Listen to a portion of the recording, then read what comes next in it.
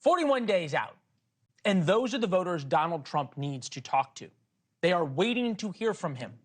We begin tonight with Cillizza, journalist, senior advisor at the DGA Group. Substack offers some of the best political analysis out there, second only, of course, to War Notes. But yes, that's fine. Interestingly enough, you and I both today independently decided the single most important piece of political news out there was this Gallup. And I will say, I did not know that that's what we were leading the show with. So it's a nice confluence. But yes, I'm glad we're doing it because you're exactly right. Out of everything that's out there on a given day, I always like to say, what's the one thing that's like actually important? This is actually important. So in short, the way you explain the difference between this is Donald Trump's delusion for the first time in 20 years. Yeah.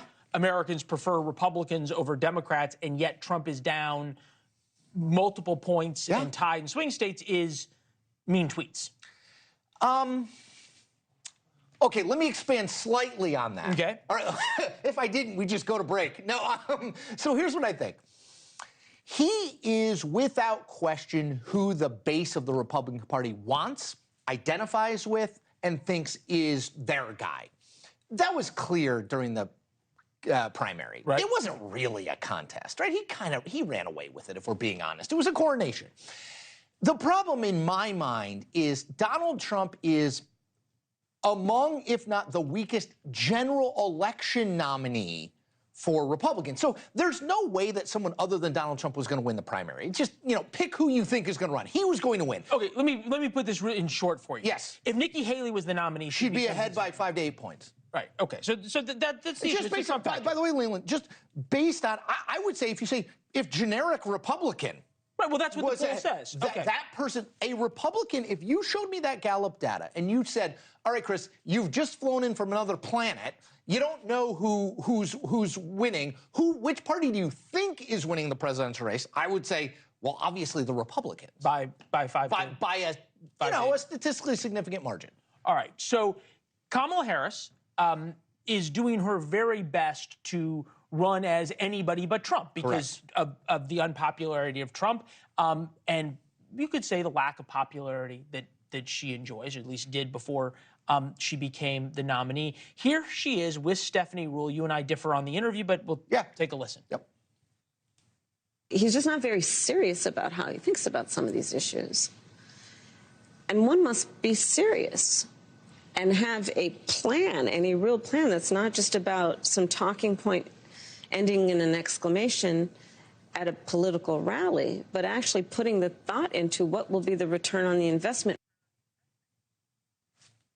So this is her talking about tariffs. She was asked, and credit to Stephanie Ruhle, she was asked, you dragged Donald Trump over tariffs, but you, the Biden administration, have kept Donald Trump's tariffs and have added to them.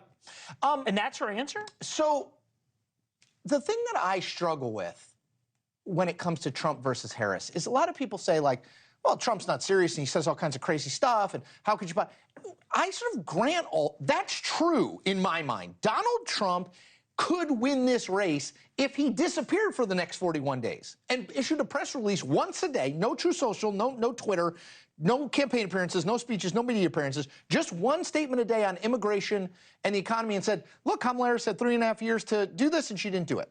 So I think that's true. Everything is true about Trump. The problem I have is I don't think that excuses that we just ignore everything about the other person who wants to be the president of the United States. And that answer, I mean, to be candid, I know she put out an 80-page plan or whatever. There's not really anything new in there. Well, a lot of it was cribbed from the Biden plan. And it's not even new from what we've heard her say, the few details she has rolled out about it. So it's like, it's not that, as a callback, remember when Elizabeth Warren ran for president in 2020, her whole thing was, I've got a plan for that. She had a detailed plan and everything. Now, you could disagree, but there was like, we're going to do this, and then this, and this, right?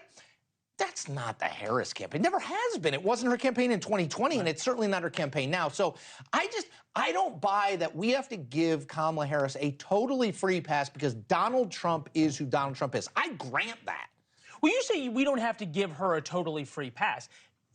That that should be the basic, right? I mean, both sides should be judged on their merit, not graded on the curve based on how bad you think the other people are.